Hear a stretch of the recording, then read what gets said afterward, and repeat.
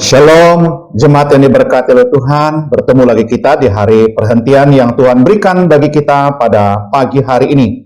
Jika kita bisa berkumpul di hari Sabat yang Tuhan berikan bagi kita, itu berarti ada kekuatan, kesehatan yang Tuhan berikan bagi kita pada hari ini. Karena itu mari kita mempersiapkan hati kita, memfokuskan kita dalam ibadah kita, dalam penyembahan, bahkan kita akan masuk dalam pemberitaan firman Tuhan pada pagi hari ini. Siapkanlah hatimu dan arahkan semua sehingga pemberitaan firman Tuhan. Firman itu akan mengambil bagian dalam kehidupan kita dan memberikan kekuatan baru bagi kita pada pagi hari ini. Mari kita berdoa. Tuhan Yesus, kami mengucap syukur untuk pagi ini. Di hari perhentian yang Kau berikan bagi kami bisa berkumpul di rumah-Mu untuk menyembah dan memuji Tuhan. Saat ini kami mau mendengar firman Tuhan. Hadir di dalam pemberitaan firman ini Bapa, berkati kami semua. Berkati jemaat Tuhan, baik yang mendengar firman Tuhan ini dimanapun mereka berada. Baik yang mengikuti secara online maupun yang ada di gereja. Diberkati mereka Tuhan. Bahkan hamba-Mu yang Engkau percayakan untuk menyampaikan firman Tuhan. Diberkatilah dan dimampukan untuk menyampaikannya. Terima kasih Bapa, Allah Roh Kudus tuntun kami semua. Dalam pemberitaan firman Tuhan ini. Di dalam nama Yesus kami berdoa bersyukur. Haleluya. Amin. Jemaat yang diberkati oleh Tuhan, bersyukur pada pagi hari ini kita masih tetap dalam suasana di mana bulan merayakan bulan misi, secara khusus gereja kita. Karena itu mari kita melihat bagian firman Tuhan yang saya akan mengajak kita untuk memperhatikannya dalam Kisah Para Rasul pasal yang kedua, ayat 41 dan 47b. Sekali lagi, mari kita membuka firman Tuhan kita dalam Kisah Para Rasul pasal yang kedua, ayat 41 dan 47b. Saya akan membacanya bagi kita pada pagi hari ini. Firman Tuhan berbunyi demikian. Yesus mendekat, dikatakan dalam ayat yang Kisah Rasul pasal yang ke 2 ayat yang ke-47. Saya akan mengulangi lagi. Kisah Rasul pasal yang kedua ayat 47, 41 dan 47. Orang-orang yang menerima perkataannya itu memberi diri dibaptis dan pada hari itu jumlah mereka bertambah kira-kira 3.000 jiwa. Sekali lagi, Kisah Rasul pasal yang kedua ayat yang ke-41 firman Tuhan berbunyi demikian. Orang-orang yang menerima perkataannya itu memberi diri dibaptis dan pada hari itu jumlah mereka bertambah kira-kira 3.000 jiwa. Ayat yang ke-47 bagian B, firman Tuhan berbunyi demikian. Dan mereka disukai semua orang dan tiap-tiap hari Tuhan menambah jumlah mereka dengan orang-orang yang diselamatkan. Haleluya. Saudara yang diberkati oleh Tuhan, kalau kita membaca dan minggu pertama, kedua, dan ini minggu ketiga kita mendengar firman Tuhan, ini bagian firman Tuhan ini, kita melihat bahwa di mana statistik dari pertumbuhan gereja mula-mula secara kualitas, secara kuantitas dengan sangat luar biasa atau sering disebut dengan secara signifikan. Pertumbuhan gereja mula-mula bisa terjadi oleh karena dikatakan pekerjaan Roh Kudus di dalam diri para murid waktu itu. Dan ini merupakan pertumbuhannya berkembang terus. Masih ingat minggu pertama saya berbicara luar biasa. Berapa tahap terus naik dan tidak pernah menurun. Naik terus pertumbuhan mereka. Dan banyak orang yang bertobat dan percaya kepada Tuhan. Dari pembacaan kita, saudara, mari kita perhatikan. Bukan tanpa alasan. Ketika kita melihat sejarah gereja, pertumbuhan jemaat mula-mula. Dan dalam Kisah Para Rasul ini kalau kita membaca semuanya luar biasa. Dan ini menarik bagi kita. Jika kita memperhatikan perkembangan dari dulu sampai hari ini dan berita gerakan-gerakan itu terus disampaikan oleh hamba Tuhan siapapun dan siap untuk dikerjakan oleh gereja. Dan bahkan beban pelayanan ini pun, gerakan-gerakan ini pun diambil dan disampaikan kepada seluruh jemaat dan semua bergerak untuk menyampaikan kabar baik itu kepada seluruh dunia, dikatakan dan kepada orang-orang yang akan kita jumpai yang belum percaya kepada Tuhan. Saudara diberkati oleh Tuhan, mari kita melihat beberapa firman Tuhan dikatakan di sana yang dijanjikan oleh Tuhan Yesus waktu itu. Dan bukan tanpa alasan di Kisah Rasul pasal yang kedua ini ada dasarnya ayat-ayat firman Tuhan ketika Tuhan berjanji kepada murid-murid apa yang terjadi di Kisah Rasul pasal yang kedua. Dan seterusnya kalau kita mempelajari nanti Para murid-murid yang luar biasa, orang-orang yang percaya luar biasa, mengajak dan membuat orang begitu banyak percaya kepada Tuhan. Mari kita membuka firman Tuhan. Ini dasar ya bagian-bagian yang kita lihat dari dasar firman Tuhan ini dan janji firman Tuhan itu. Mari kita membuka firman Tuhan Matius 28 ayat 18 sampai ayat 20. Dikatakan sekali lagi Matius 28 ayat 18 sampai dengan ayat yang ke-20. Saya akan membacanya. Ayat 18. Yesus mendekati mereka dan berkata, "Kepadaku telah diberikan segala kuasa di sorga dan di bumi. Karena itu pergilah jadikanlah semua," dikatakan, "bangsa muridku, dan baptislah mereka dalam nama Bapa dan Anak dan Roh Kudus. Dan ajarlah mereka melakukan segala sesuatu yang telah kuperintahkan kepadamu, dan ketahuilah aku menyertai kamu senantiasa sampai kepada akhir zaman." Ini dalam Matius. Tuhan berjanji akan menyertai, akan memberkati murid-murid, dan mereka diberikan tugas mandat untuk mengajar, untuk memberitakan Injil ke seluruh dunia, dikatakan seluruh bumi, dan sekarang dan sampai pada akhir zaman. Bahkan dalam Markus pasal yang ke-16 ayat 15. Sekali lagi kita melihat Markus pasal yang ke-16 ayat 15 sampai 15-16. Saya akan membacanya. Lalu ia berkata kepada mereka, "Pergilah ke seluruh dunia, beritakanlah Injil kepada segala makhluk. Siapa yang percaya dan dibaptis akan diselamatkan, tetapi siapa yang tidak percaya akan dihukum." Ini dalam Markus pasal 16 ayat 15 sampai 16. Kalau kita membaca bagian ini, ada penegasan lagi. Siapa yang percaya dikatakan dibaptis dan diselamatkan, dan tapi siapa yang tidak percaya akan dihukum. Ini penegasannya. Saudara, yang bagian lain lagi dalam Lukas 24. Kita akan membaca lagi dalam Lukas 24, dikatakan di sana kalau kita perhatikan Lukas 24 ayat yang ke-47 dan 49. Firman Tuhan berbunyi demikian. "Dan lagi dalam namanya berita tentang pertobatan dan pengampunan dosa harus disampaikan kepada segala bangsa mulai dari Yerusalem." Mengarah, nanti kita baca dalam Kisah Rasul. Mulai dari Yerusalem, dikatakan kalau di atas tadi, kalau kita perhatikan dalam Matius, disampaikan pergilah ke seluruh dunia dan ke segala bangsa, murid-murid baptislah mereka. Sekarang mulai jelas kemana, mulai dari mana Injil disampaikan, diberitakan. Mulai dari Yerusalem, kalau kita perhatikan dalam Lukas dikatakan di sana. Mulai dari Yerusalem, "Dan aku akan mengirim kepadamu apa yang dijanjikan Bapakku, tetapi kamu harus tinggal di dalam kota ini sampai kamu diperlengkapi dengan kekuasaan dari tempat tinggi." Di mana pencurahan Roh Kudus. Para murid ada di Yerusalem, tinggal menantikan janji Roh Kudus itu, dan ada di kota Yerusalem. Mari kita buka lanjut lagi dalam Kisah Para Rasul. Saudara, dalam Kisah Rasul yang mana dikatakan janjinya. Kisah Rasul pasal 1 ayat yang ke-8. Dikatakan, "Tetapi kamu akan menerima kuasa kalau Roh Kudus turun ke atas kamu, dan kamu akan menjadi saksiku." Mulai dari mana? Yerusalem, dan di seluruh Yudea dan Samaria sampai ke ujung bumi. Saudara, ini janji-janji ketika Tuhan bersama dengan murid-muridnya, dan dia berjanji kepada mereka, "Kamu akan menjadi saksiku, kamu akan menjalankan tugas dan perintah yang aku sampaikan kepadamu. Mulai dari Yerusalem sampai ke ujung bumi." Dan ini tanda-tanda. Kalau kita membaca dalam setiap dari keempat Injil dikatakan, ini tanda-tandanya bagi kamu dalam melaksanakan tugas pemberitaan Injil itu. Jemaat yang diberkati oleh Tuhan, dari bagian firman Tuhan ini yang kita baca pada saat bagian, khususnya dalam Matius, Markus, Lukas, dan Kisah Para Rasul, kalau kita membacanya dikatakan di sana, memang Tuhan yang menggerakkan. Ingat, Tuhan yang menggerakkan setiap anak Tuhan untuk menjalankan tugasnya memberitakan Injil. Orang yang bertobat mendengar kabar baik itu, berita tentang Injil itu, mereka bertobat dan percaya kepada Tuhan, mereka diselamatkan. Dan orang-orang yang memberitakan Injil itu, Tuhan gerakkan lagi. Petobat baru itu digerakkan. Melalui apa? Melalui pekerjaan Roh Kudus.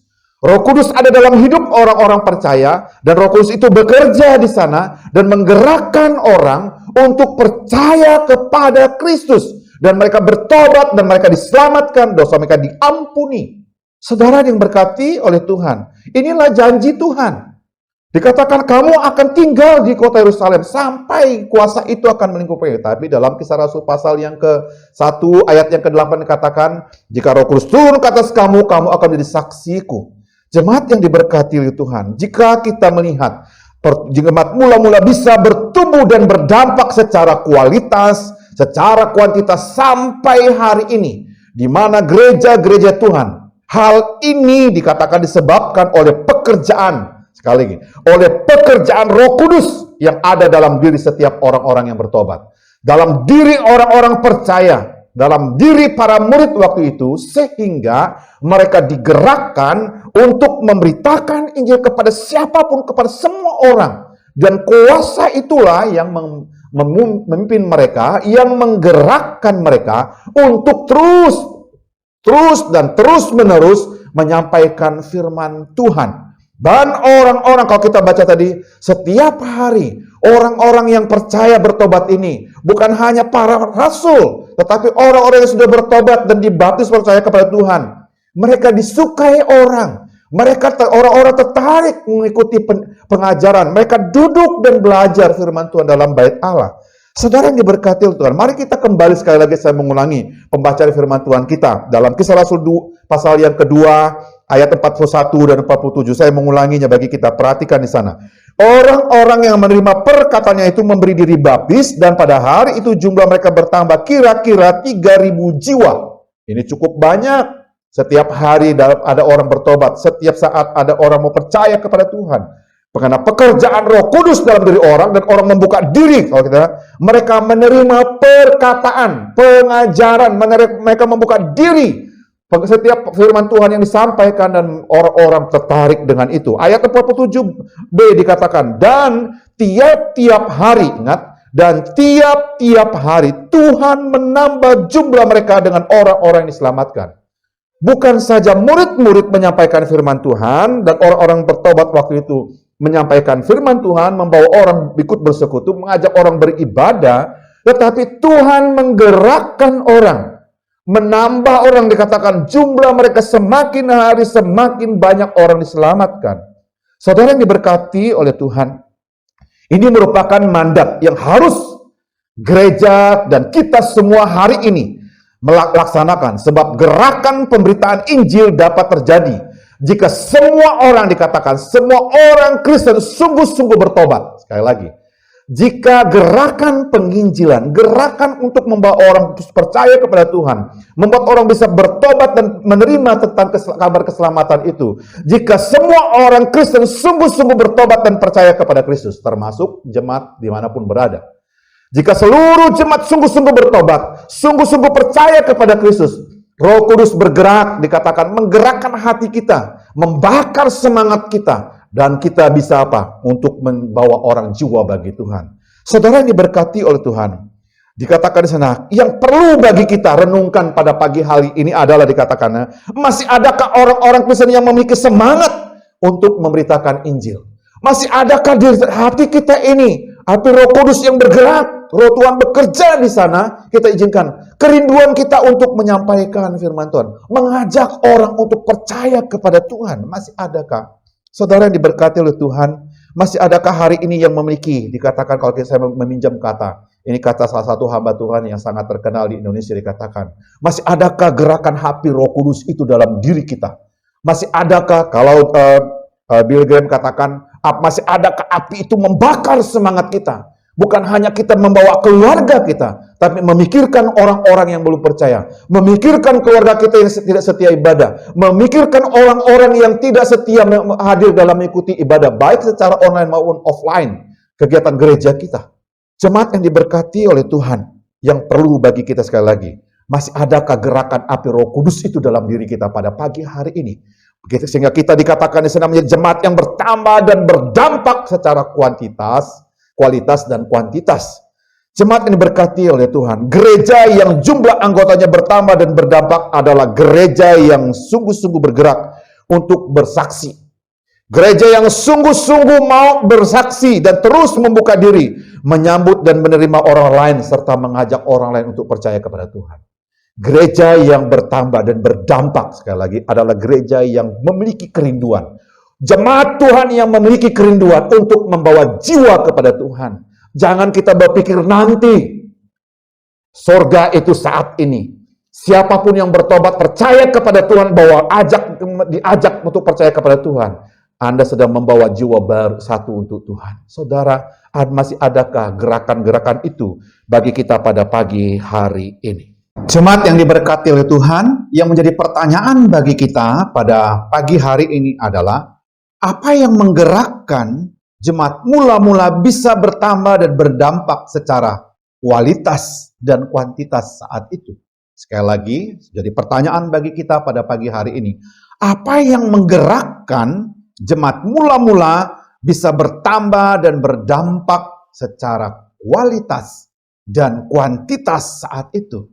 Saudara diberkati, mari kita dari ayat yang ke-41, Kisah Rasul pasal yang kedua 41 dan 47b, saya menyimpulkan yang pertama yang membuat jemaat bisa menggerakkan jemaat mula-mula bisa berdampak dan bertambah, dikatakan bertambah dan berdampak secara kualitas dan kuantitas saat itu adalah yang pertama dikatakan seluruh jemaat memberi diri dipimpin oleh Roh Kudus. Sekali lagi, seluruh jemaat waktu itu orang-orang bertobat baru waktu itu, yang orang-orang yang percaya kepada Kristus waktu itu memberi diri dipimpin oleh Roh Kudus. Ya, dipimpin oleh Roh Kudus waktu itu. Mari kita perhatikan pembacaan kita sekali lagi ayat yang ke-41. Kisah Rasul pasal kedua ayat 41 dan 47b. Saya mengulanginya bagi kita. Dikatakan di sana. Orang-orang yang menerima perkataannya itu memberi diri dibaptis dan pada hari itu jumlah mereka bertambah kira-kira 3.000 jiwa. Katakan di sana ayat 47b sekali lagi. Dan tiap-tiap hari Tuhan menambahkan jumlah mereka dengan orang yang diselamatkan. Itu berarti setiap orang yang bertobat, setiap orang yang percaya dan baru mereka dibaptis di sana, dan Tuhan menambahkan di sana, karena setiap orang yang bertobat dan percaya kepada Tuhan dan memberi diri dibaptis dan terus mengikuti pengajaran rasul-rasul waktu itu, mereka memberi diri mereka dipimpin oleh Roh Kudus.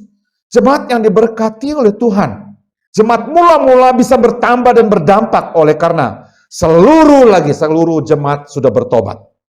Seluruh jemaat yang orang-orang yang percaya bertobat dikatakan dan percaya kepada Kristus itu memberi diri mereka untuk dipimpin oleh Roh Kudus. Demikian kalau kita perhatikan orang-orang yang memberi diri, jemaat itu orang-orang yang percaya memberi diri mereka untuk dipimpin oleh Roh Kudus, dan Roh Kudus menggerakkan mereka, dan api Roh Kudus membakar setiap orang, dan orang bergerak untuk menyampaikan firman Tuhan, memberitakan Injil, dan membawa orang untuk bersekutu, mengajak orang beribadah. Tidak ada yang sulit bagi mereka waktu itu, saudara. Mengapa? Karena mereka memberi diri mereka untuk dipimpin oleh Roh Kudus, dan Roh Kudus itu bergerak, api Roh Kudus membakar hidup mereka, diri mereka, dan mereka bergerak untuk membawa jiwa, kerinduan mereka supaya orang bisa percaya kepada Kristus. Jemaat yang diberkati Tuhan. Setiap orang percaya memiliki tanggung jawab. Ingat, setiap orang percaya memiliki tanggung jawab untuk membawa jiwa baru dan datang kepada Kristus. Setiap kita yang hari ini mendengar firman Tuhan, yang sudah percaya dan bertobat, dan percaya bahwa dosa sudah diampuni, dan yakin sekali masuk surga, kita punya tanggung jawab untuk membawa jiwa-jiwa kepada Kristus. Untuk membawa pertobat baru kepada Kristus. Dan merupakan buah-buah sulung kita di hadapan Tuhan.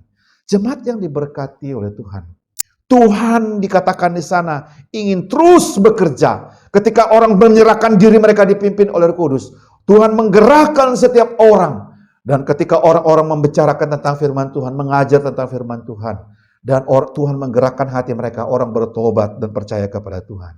Jemaat yang diberkati oleh Tuhan. Kita harus melihat sejarah, saudara.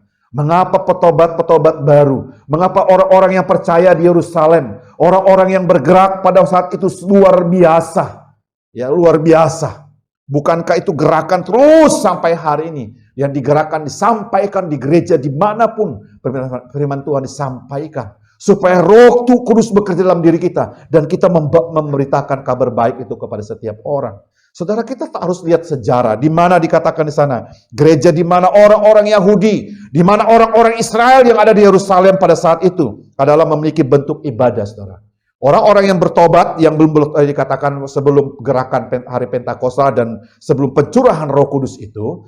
Orang-orang Yahudi yang ada di Yerusalem adalah mereka sudah memiliki tata ibadah, tata cara ibadah yang sudah baku, yang sudah disampaikan oleh Tuhan kepada Musa, dan mereka selalu punya tata cara ibadah, saudara. Mari kita melihat bagian dikatakan tata cara itu dikatakan disampaikan oleh Musa kepada orang-orang Israel, orang-orang Yahudi yang ada di Yerusalem. Mereka punya tata ibadah, yaitu melakukan hukum Taurat yang diajarkan oleh Musa, dikatakan di sana. Dikatakan hanya orang-orang yang tertentu yang bisa memimpin ibadah dan pengajaran waktu itu. Tata ibadah di Israel, di Yerusalem waktu itu, orang-orang yang bisa memimpin ibadah saat itu adalah para imam, para nabi, ahli Taurat, guru-guru Yahudi, dan orang-orang Farisi dan Saduki. Mereka ini yang berhak untuk memimpin, berhak masuk ke dalam rumah Tuhan, dan orang-orang yang seperti inilah yang dikatakan dalam Alkitab, mereka lah yang disebut orang-orang benar, orang-orang yang hanya bisa datang bersekutu masuk dalam bait Allah.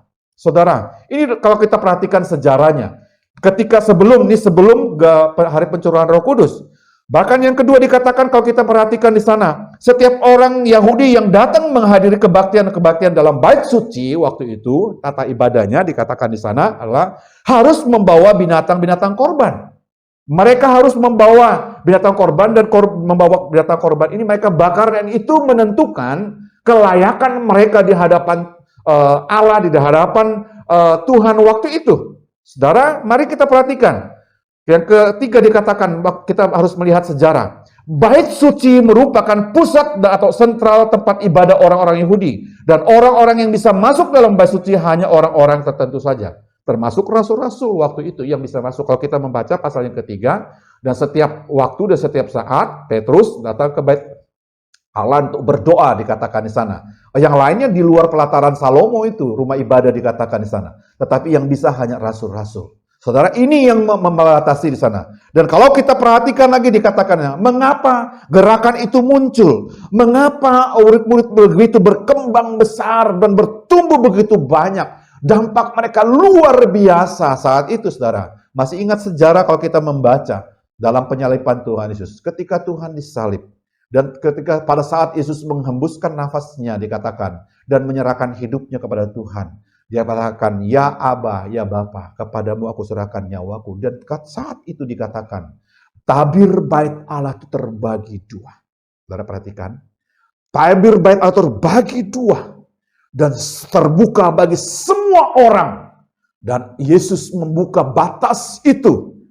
Yesus membuka pembatas-pembatas yang dikatakan yang orang-orang Yahudi, baik imam, baik itu dikatakan nabi, maupun guru-guru, maupun orang Farisi, Saduki, dan termasuk rasul-rasul. Tidak bisa orang lain untuk beribadah. Tidak ada orang lain yang bisa bersekutu waktu. Terbatas sekali ketika Yesus membuka tabir bait suci itu. Siapapun boleh datang kepada Allah. Siapapun boleh percaya kepada Allah. Siapapun boleh menerima keselamatan. Siapapun boleh bertobat. Dikatakan dan percaya kepada Yesus waktu itu. Saudara yang diberkati oleh Tuhan, kita perhatikannya. Ketika hari Pentakosta itu, janji yang Tuhan Yesus ajarkan kepada murid itu tergenapi. Dan gerakan itu dikatakan ketika hari Pentakosta Roh Kudus bekerja di sana. Dan setiap hari dikatakan, setiap hari Tuhan menambah orang-orang menjadi percaya kepada Tuhan. Mengapa? Karena ada Roh Kudus. Hidup orang-orang yang saat itu, orang-orang yang sudah bertobat, hidup mereka dipimpin oleh Roh Kudus. Dan mereka ketika mereka dipimpin, ketika mereka mengajar dengan kuasa daripada Tuhan, dari Roh Kudus itu. Dan Tuhan menggerakkan orang-orang datang setiap hari, berkumpul dimanapun, baik di rumah, baik di bait Allah, dimanapun ada fellowship, ada penyembahan, ada pujian, ada pengajaran, ada pembelajaran yang terus menerus. Orang-orang memiliki kerinduan belajar akan firman Tuhan. Saudara, kita melihat catatan-catatan Alkitab yang luar biasa, berkembangnya dengan baik. Jemaat yang diberkati oleh Tuhan. Bukan hanya orang-orang Yahudi kalau kita memperhatikan di sana. Bukan hanya orang-orang Yahudi yang bertobat saat itu sebabnya semakin banyak. Bukan hanya orang Yahudi dikatakan di sana yang percaya kepada Tuhan. Bahkan ada orang-orang yang di Yerusalem pada saat itu dikatakan di sana adalah disebut orang-orang kafir di luar Palestina. Mereka inilah yang hadir pada saat ada hari Pentakosta. Mereka juga berkumpul hidup di tengah-tengah bangsa Yahudi dan Israel waktu itu di Yerusalem. Dan ketika mereka melihat peristiwa hari Pentakosta itu, dan para murid diberikan karunia untuk berbicara menyampaikan firman Tuhan, dan orang-orang bertobat dan memberi dibaptis, termasuk orang-orang yang dikatakan orang kafir dari Palestina yang belum percaya kepada Tuhan. Mereka bertobat dan percaya, itu sebabnya semakin banyak dikatakan orang-orang ini Tuhan gerakkan. Saudara, ini tidak mungkin ada Tuhan menggerakkan orang bisa percaya kepada pengajaran firman Tuhan jika para penerima firman Tuhan pertama, orang-orang yang percaya kepada Tuhan itu tidak sungguh-sungguh hidup dalam pimpinan Allah Roh Kudus. Jemaat yang diberkati oleh Tuhan, apa yang menggerakkan? Sekali lagi pertanyaan saya. Jemaat mula bisa bertambah dan berdampak secara kualitas dan kuantitas bagi kita hari ini. Saya ulangi ya. Jawabannya adalah seluruh jemaat memberi diri dipimpin oleh kuasa Roh Kudus. Yang menjadi perenungan kita, pertanyaan kita sebagai anak Tuhan akhir-akhir ini. Bagaimana dengan kita hari ini? Apakah hidup kita hari ini sungguh-sungguh kita sudah memberi diri kita dipimpin dan dikendalikan oleh kuasa Roh Kudus? Apakah dikatakan di sana Roh Kudus sudah ada dalam diri kita, hidup kita, sehingga kita bisa punya pengaruh, dikatakan punya dampak. Kita memiliki dampak kepada orang-orang saat itu. Dampak secara kualitas, secara kuantitas, sehingga orang melihat tergerak, dikatakan. Orang-orang menyukai kehadiran kita dimanapun kita berada. Orang-orang mau percaya kepada Tuhan, melihat hidup kita memang benar, sesuai dengan firman Tuhan, dan memang kuasa Tuhan ada dalam diri kita. Jemaat yang diberkati oleh Tuhan, apakah kita membiarkan api Roh Kudus terus membakar semangat kita untuk memberitakan kabar keselamatan bagi orang-orang yang ada di sekitar kita, termasuk keluarga kita hari ini? Apakah selama ini ada jiwa yang sudah kita bawa kepada Tuhan? Apakah kita sudah punya komitmen ketika kita memulai kegiatan kita hari-hari hidup kita? Ada orang, nama orang, ada seseorang yang mungkin keluarga kita yang kita selalu doakan, kita rindu ingin kita bawa sebagai persembahan sulung kita kepada Tuhan di akhir tahun nanti. Dan kita atau setiap hari kita bawa dan kita mengajak, saya ingin sekali membawa mereka untuk percaya kepada Tuhan.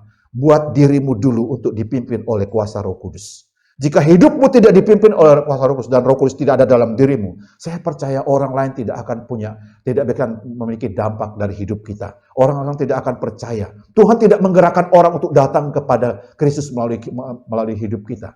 Dan Tuhan bisa menggerakkan orang karena Tuhan melihat hidup kita dipimpin oleh Allah Roh Kudus. Jemaat yang diberkati oleh Tuhan, apa yang menggerakkan jemaat mula-mula bisa bertambah dan berdampak secara kualitas dan kuantitas? Sekali lagi saya mengulangi pertanyaan ini. Apa yang menggerakkan jemaat mula-mula bisa bertambah dan berdampak secara kualitas dan kuantitas? Yang pertama tadi kita sudah melihat dari bagian ayat 41 dan 47b dikatakan sana, seluruh jemaat memberi diri dipimpin oleh Roh Kudus. Yang kedua, apa yang menggerakkan dan jemaat mula-mula bisa bertambah dan berdampak secara kualitas dan kuantitas yang luar biasa dari ayat firman Tuhan? Saya mengulangi bagian firman Tuhan yang kita baca, ayat khususnya Kisah Rasul pasal 2, ayat 41 dan 47b. Saya dapat mendapatkan di sana kebenarannya, dikatakan seluruh jemaat berkomitmen memberitakan Injil dan membawa jiwa baru bagi Tuhan.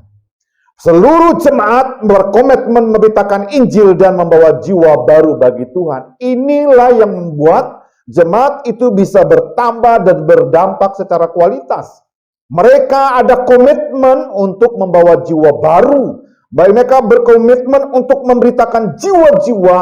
Dikatakan memberitakan firman Tuhan untuk membawa jiwa-jiwa baru. Dan mereka menyatakan kebenaran dengan kuasa yang dimiliki, yang diberikan oleh Tuhan, yaitu kuasa Roh Kudus. Jemaat yang diberkati oleh Tuhan, orang-orang percaya bertekun dalam pengajaran Rasul. Kalau kita perhatikan di sana, dikatakan mereka membentuk persekutuan yang banyak. Bahkan dikatakan firman Tuhan mencatat di sana, kalau kita memperhatikan ayat 47b, dikatakan di sana, sambil memuji Allah dan mereka disukai semua orang. Yang menjadi pertanyaan bagi kita pada pagi hari ini adalah, apakah selama hidup kita menjadi orang Kristen, sampai hari ini saat kita mendengar firman Tuhan ini, dikatakan di sana, apakah ada orang yang menyukai tentang kehidupan kekristenan kita? Apakah ada orang yang terpengaruh hidup secara positif untuk mau percaya kepada Kristus, melihat hidup kita yang sungguh-sungguh kepada Tuhan?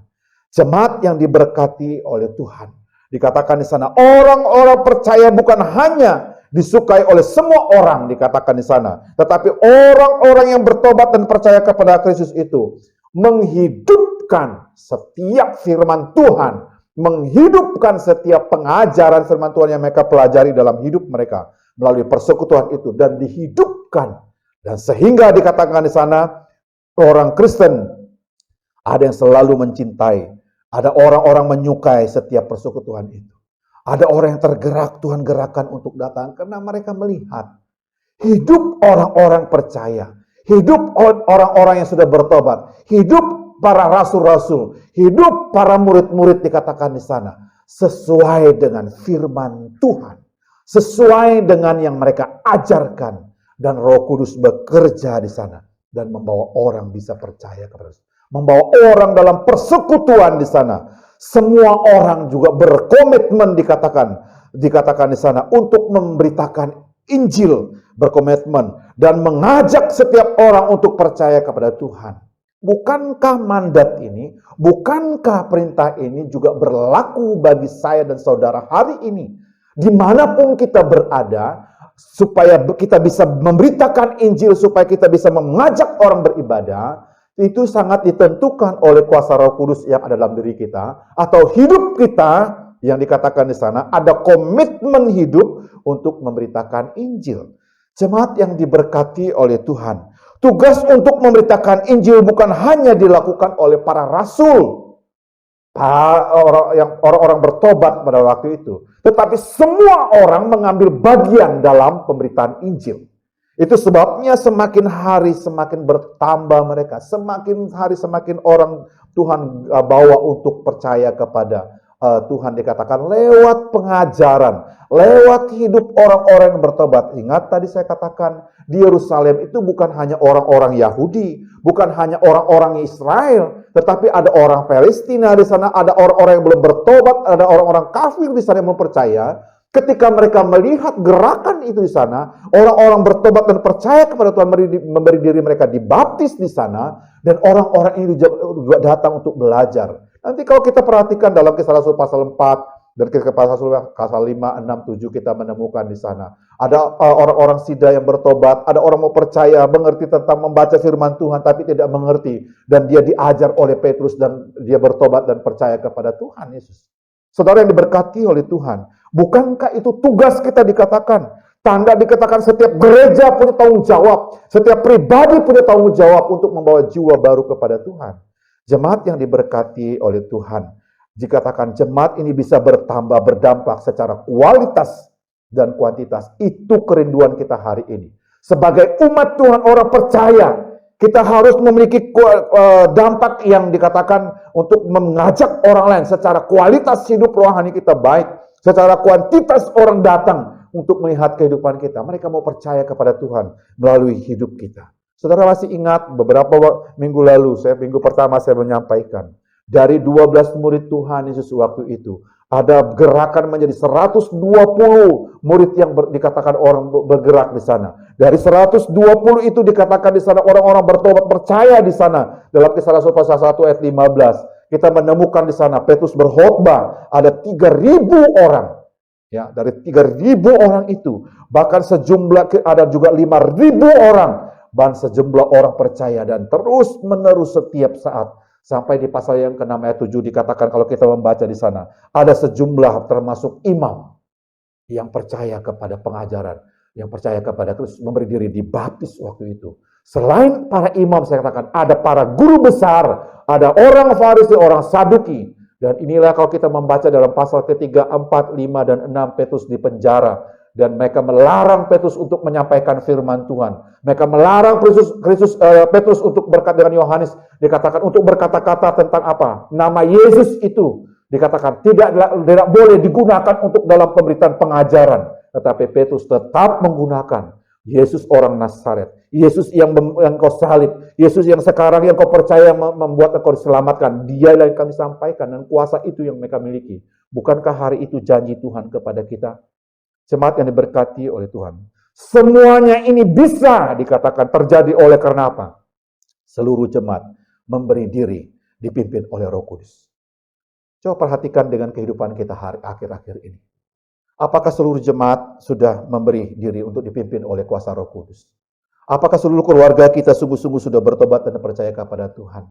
Apakah seluruh orang-orang di sekitar kita ini sebagai anak Tuhan, mungkin semua jadi orang Kristen, sudah bertobat, mungkin sudah percaya dari dulu. Apakah mereka sungguh-sungguh dipimpin oleh Roh Kudus hari ini? Ini bisa terjadi. Jemaat bisa bertambah dan memiliki dampak secara kualitas. Secara kuantitas orang bisa datang percaya kepada Tuhan. Apakah seluruh jemaat itu ada komitmen hari ini? Ada kerinduan dalam diri kita. Gerakan yang Roh Kudus kerjakan dalam diri kita untuk membawa jiwa kepada Tuhan. Ada kerinduan kita melalui apa yang ada pada kita. Tuhan tidak menggunakan siapa-siapa lagi yang lain. Tuhan bisa menggerakkan orang jika kita ada pekerjaan yang kita lakukan. Di tangan kita ada fasilitas, ada media yang ada teknologi yang ada dalam tangan kita. Kita mungkin bisa mengirim pesan kepada orang-orang yang kita mau ajak. Kita bisa mengirim pesan itu, mengajak mereka untuk percaya. Mengirim tentang berita-berita tentang keselamatan, firman Tuhan kepada mereka. Mungkin saat engkau mengirimnya, mungkin engkau tidak percaya bahwa itu bisa mengubah orang lain. Tapi ketika saat orang itu membacanya, mungkin dia belum dalam keadaan yang tidak stabil. Ketika membaca pesan firman Tuhan itu, Roh Kudus bekerja. Dikatakan di sana, firman Tuhan itu bekerja dalam dirinya. Dia akan bertobat dan percaya mencari Tuhan melalui kehidupanmu yang memberikannya. Ada sekarang teknologi yang bisa kita gunakan untuk menggerakkan, untuk mengajak orang percaya kepada Tuhan, untuk membawa jiwa baru kepada Tuhan. Tergantung apakah saya dan saudara ada Roh Kudus dalam diri kita. Apakah ada kerinduan bagi kita untuk memberitakan Injil? Apakah ada kerinduan lagi bagi kita saat ini untuk membawa jiwa baru kepada Tuhan? Atau kita yang belum bertobat? Atau kita yang belum sungguh-sungguh kepada Tuhan? Kita Kristen, iya. Seperti orang Farisi saya katakan. Seperti para imam waktu itu. Maka baca pasal yang ke-6. Imam juga bertobat, percaya kepada Tuhan. Sekalipun dia punya jabatan imam. Guru-guru waktu itu, orang-orang Farisi masih ada yang percaya. Itu sebabnya terjadi gempar yang luar biasa. Tingkat orang bertobat di Yerusalem waktu itu cukup banyak. Karena apa? Karena Roh Kudus bekerja. Dan orang-orang yang bertobat memberi diri mereka dipimpin oleh Roh Kudus. Orang-orang yang bertobat mempunyai komitmen untuk memberitakan Injil. Dan berkomitmen untuk membawa jiwa baru bagi Tuhan. Jemaat yang diberkati oleh Tuhan. Bagaimana dengan kehidupan kita selama ini? Apakah kita telah sungguh-sungguh tergerak dan berkomitmen untuk memberitakan Injil serta membawa jiwa baru bagi Tuhan hari ini? Apakah saudara dan saya selama ini telah mendoakan satu jiwa? Kita titip dalam doa kita, selalu kita doakan, Tuhan, saya ingin sekali orang ini juga percaya kepada Tuhan. Saya ingin sekali mereka ini juga bertobat. Saya ingin sekali membawa orang ini untuk menerima Engkau sebagai Tuhan dan Juru Selamat. Pernahkah engkau mendoakannya? Pernahkah Bapak Ibu memiliki kerinduan untuk memberitakan Injil? Jika engkau tidak bisa berkata-kata dengan ucapanmu, engkau berkata-kata tentang firman Tuhan kepada mereka. Berbicaralah melalui hidupmu. Berbicaralah dengan apa yang ada padamu. Tuhan akan menggunakan itu untuk memiliki kuasa untuk menyampaikan firman kepada orang lain. Masalahnya, yang sering terjadi selama ini mungkin kita mengevaluasi diri. Apakah kita ada tergerak hati kita? Atau kita memang tidak ada gerakan kita untuk membawa jiwa baru. Kita merasa nyaman. Ini kan masa pandemi. Nggak perlu memberitakan Injil, saudara. Justru seperti ini, saat-saat ini banyak orang yang bimbang. Banyak orang yang mencari kekuatan, membutuhkan pertolongan. Jika engkau betul-betul ada Roh Kudus dalam dirimu, ada Tuhan dalam dirimu, dan engkau sungguh bertobat percaya pada Tuhan, engkau akan membawa jiwa baru bagi Tuhan. Engkau akan menggerakkan orang, membawa orang beribadah. Sekarang tidak ada yang susah. Kita bisa ibadah secara online dan offline. Bisa bergabung, kirim link untuk ikut datang ke ibadah. 1 kali, 2 kali, 3 kali, 4 kali. Jangan berhenti mengajak mereka. Ini ada link kami beribadah. Ajak. Bukan tidak ada masalah. Tetapi jika engkau tidak ada niat, berarti tidak ada Roh Tuhan dalam dirimu, tidak ada firman yang hidup dalam dirimu. Perlu introspeksi diri. Itu sebabnya dikatakan, kita harus menggerakkan kuasa Roh Kudus itu. Api Roh Kudus itu membakar hati kita. Api Roh Kudus yang suci itu dikatakan menggerakkan kita. Sehingga apa? Kita menjadi jemaat yang bertambah. Menjadi jemaat yang berdampak. Secara kualitas dan secara kuantitas. Dan nama Tuhan dipermuliakan dimanapun kita berada. Jemaat yang diberkati oleh Tuhan. Renungkan baik-baik firman Tuhan hari ini. Mari kita belajar dari jemaat mula-mula. yang begitu sungguh-sungguh memberi diri mereka dipimpin oleh kuasa Roh Kudus, yang begitu sungguh-sungguh berkomitmen untuk memberitakan Injil, yang sungguh-sungguh memiliki kerinduan untuk membawa jiwa baru bagi Tuhan. Adakah buah sulung yang kau bawa pada Tuhan selama engkau menjadi orang Kristen? Adakah buah sulung yang kau bawa kepada Tuhan, buah sulungmu yang kau bawa untuk ajak Tuhan, ini buah sulungku sejak aku menjadi orang Kristen kepada Tuhan selama ini? Jika belum ada, berdoalah minta kepada Tuhan supaya Roh Kudus ada dalam diri kita, supaya Roh Kudus bergerak dan berkuasa atas hidup kita, supaya ada kerinduan kita untuk memberitakan Injil, ada kerinduan kita untuk membawa jiwa baru bagi Tuhan hari ini. Haleluya. Barang siapa yang bertelinga, hendaklah ia mendengar apa yang dikatakan Roh Kudus kepadanya. Inilah firman Tuhan. Mari kita berdoa. Bapa yang dalam surga, terima kasih. Kami bersyukur untuk firman Tuhan hari ini, yang mengingatkan kami kembali bahwa hidup kami ini harus memberi dampak secara kualitas dan kuantitas kepada orang lain. Hidup kami ini mau belajar daripada kehidupan jemaat mula-mula. Mereka disukai oleh orang karena ada Roh Kudus dalam diri mereka. Karena hidup mereka dipimpin oleh Roh Kudus. Dan mereka juga hidup ingin berkomitmen untuk sungguh-sungguh memberitakan Injil dan membawa jiwa baru bagi Tuhan. Tuhan tolong. Bukan masa pandemik ini yang membatasi kami, membuat kami tidak banyak bergerak. Tetapi yang membuat kami tidak bisa bergerak, kami tidak mengizinkan kuasa Roh Kudus bekerja dalam hidup kami. Kami tidak mengizinkan firman Tuhan itu bekerja dalam diri kami hari ini. Itu sebabnya ampuni kami Tuhan. Jika selama ini kami tidak pernah, sejak kami bertobat dan percaya kepada Tuhan, tidak pernah mengajak orang beribadah, tidak pernah membawa orang percaya kepada Tuhan, tidak pernah berpikir untuk mengajak orang dan mendoakan orang untuk dibawa kepada Tuhan. Tuhan ampuni kami. Jika hari ini kami diingatkan oleh firman Tuhan, kami mulai minggu depan, kami akan mau mengingatkan saudara kami, orang-orang terdekat kami, supaya mereka datang beribadah bersama dengan kami. Supaya mereka datang untuk bergabung mendengar firman Tuhan yang bersama dengan kami. Supaya mereka juga jangan sampai jauh hidup daripada Tuhan. Karena Roh Kudus bekerja dalam hati kami. Terima kasih Tuhan untuk firman-Mu hari ini. Hamba berhenti berbicara menyampaikannya. Roh Kudus yang sama kau berikan kepada para rasul, para murid-murid waktu itu yang menggerakkan mereka untuk percaya kepada Tuhan. Itu juga yang menggerakkan hati kami hari ini. Kami sudah berdoa di dalam nama Tuhan Yesus. Haleluya. Haleluya. Amin.